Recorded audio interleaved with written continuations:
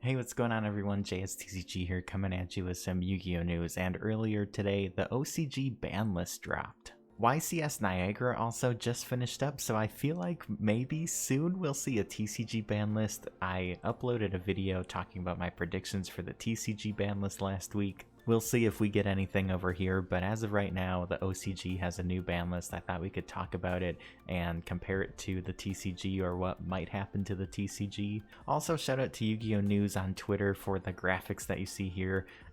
They're at Yu-Gi-Oh! News TCG if you want to check them out. They have lots of updates and things like that for the game, whether it's products, topping deck lists, stuff like that. Check them out. Very useful account and very informative. So that's where I got these graphics from. But yeah, starting with the forbidden cards, we have Wandering Griffin Rider and Union Carrier. Honestly, I forgot the OCG has had Union Carrier this long. I feel like it's been forever since the TCG banned it. And I guess now finally the OCG decided it's time. Both of these are very powerful cards, so I kind of understand where they're coming from. Wandering Griffin Rider is kind of surprising though.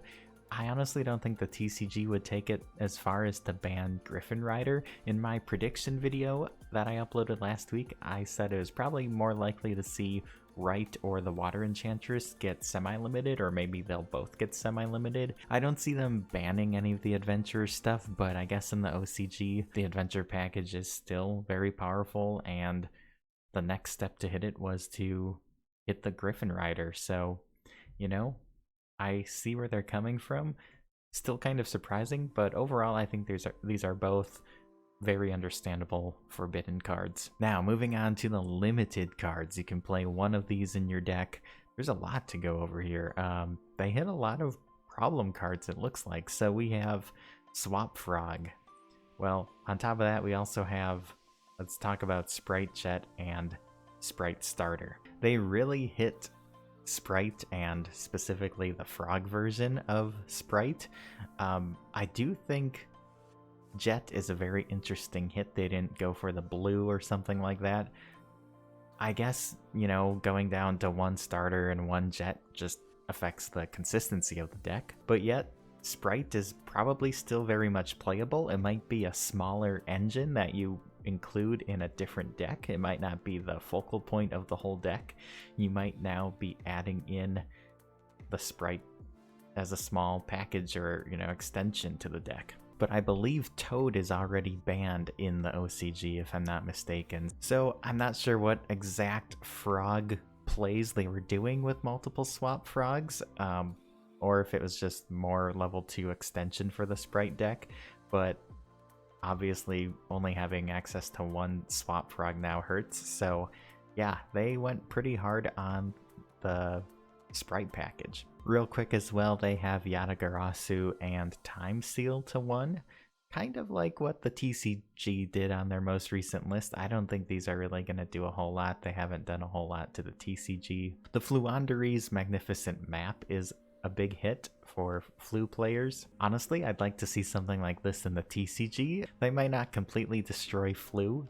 It's just more so hitting consistency pieces, which, you know, I'm a fan of. I'm okay with slowly making decks weaker and seeing how they can balance them out, compared to just like banning everything right away or banning one of the key cards right away and then the whole deck is ruined. So I'm okay with like testing things out, you know, with the ban list. So I think with a lot of these cards, they are just hitting some of the problems, but maybe not completely destroying the decks. But then for the rest of the cards, we have the Agido and the Keldo and then the Orange Herald, because the Ishizu Tearlaments deck is a big thing over there. Since you're playing a bunch of fairies in that deck, obviously the Keldo and the Agido were hit, and Orange Light sees play in that deck along with Diviner of the Herald as well. And they also hit the field spell, the Tearlament field spell to 1. So all of these are big hits to the deck, but I think it's still gonna survive. It's still gonna probably adapt. And I think the deck's just gonna have to do some adjusting and get used to using these ratios and then finding good cards to replace the open spots with. But I definitely don't think that deck is dead, but all of these are very powerful limits. So yeah, I guess props to the OCG for going through and seeing what the problem cards are and limiting them. Now moving on to the semi-limits, we have ABC Buster Dragon. I think this is totally fine, along with Double Iris Magician. Really not a whole lot to say about those. But then we have Water Enchantress. So not only did they ban the Griffin Rider, Water Enchantress is semi-limited.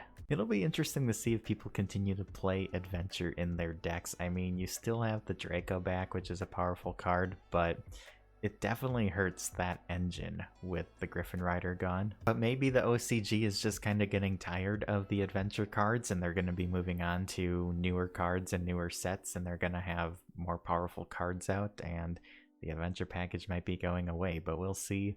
And then tier limits, Havness to 2. Now this is the only monster tier limits name that they hit, so they hit Havness and the field spell. I think the deck will be perfectly fine with just 2 Havness. It's unfortunate because it's one less tier limits name that you'll have access to, but I definitely think that deck's going to be okay. Then we have Dimension Shifter semi-limited. Now this is very interesting because I think a lot of people in the TCG and probably the OCG would like to see this card banned. This is a very powerful card. This card is a big reason Exo Sisters just won YCS Niagara, but having only 2 copies in your deck does make it less likely to open this on your first turn, which is when this card is really, really good.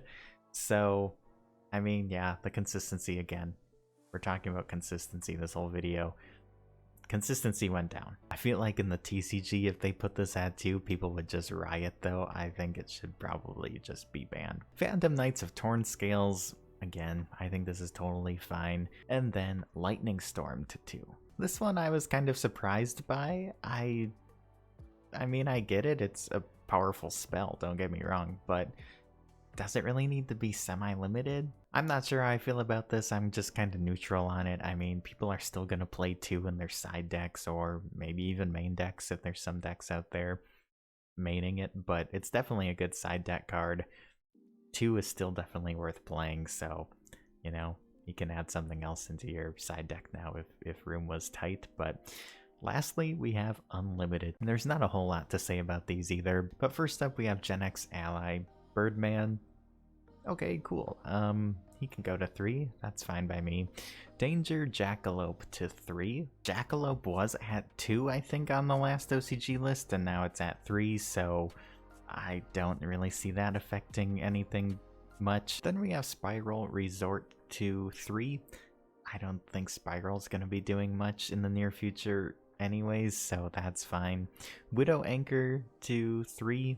It's at 3 over here, so sure, fine by me. That's not going to do much. And Magical Meltdown, again, it's at 3 in the TCG. I don't see 3 in the OCG causing a huge difference at all either. Low-key, I kind of miss the old normal summon Alistair days, but that's just me. Really, I don't see anything in the TCG that's going to be mimicking this. Maybe the Water Enchantress semi-limit, but I feel like their meta is quite a bit different than ours right now, and they're like a ban list ahead of us, if that makes sense. I definitely think there's some stuff that the TCG needs to address, like Mystic Mine, Scythe. You could argue Hulk, you could argue maybe 3 or 4 other cards, but yeah, the TCG needs to figure out their own situation first. I really don't see much crossover between these lists. Sometimes we do see some overlap in the ban list, but in this case, like I said, they have all the Ishizu stuff and they have their own meta going on, and we have our own as well. We just got the tier and sprite stuff, so I don't think that's going to be getting hit anytime soon. Maybe the following list, but they want to sell Power of the Elements. Those cards are still new. People want to play those, so they don't want to take that away, I think, quite yet. But let me know what you think of this OCG list. I always think it's kind of good to follow the OCG and at least kind of see here and there what are the top decks doing, what type of builds are people doing, you know? So it's important to see because we can carry that over to our game over here and get some ideas and kind of see what's to come in the future. I hope you enjoyed this video, and if you did, I hope you hit that like button and subscribe. Those are 2 free ways to support the channel, and it would mean a lot to me. Stay tuned for more Yu-Gi-Oh videos, including openings, deck profiles, and news videos like this one, and I'll catch you in the next one. Peace out and have a good one.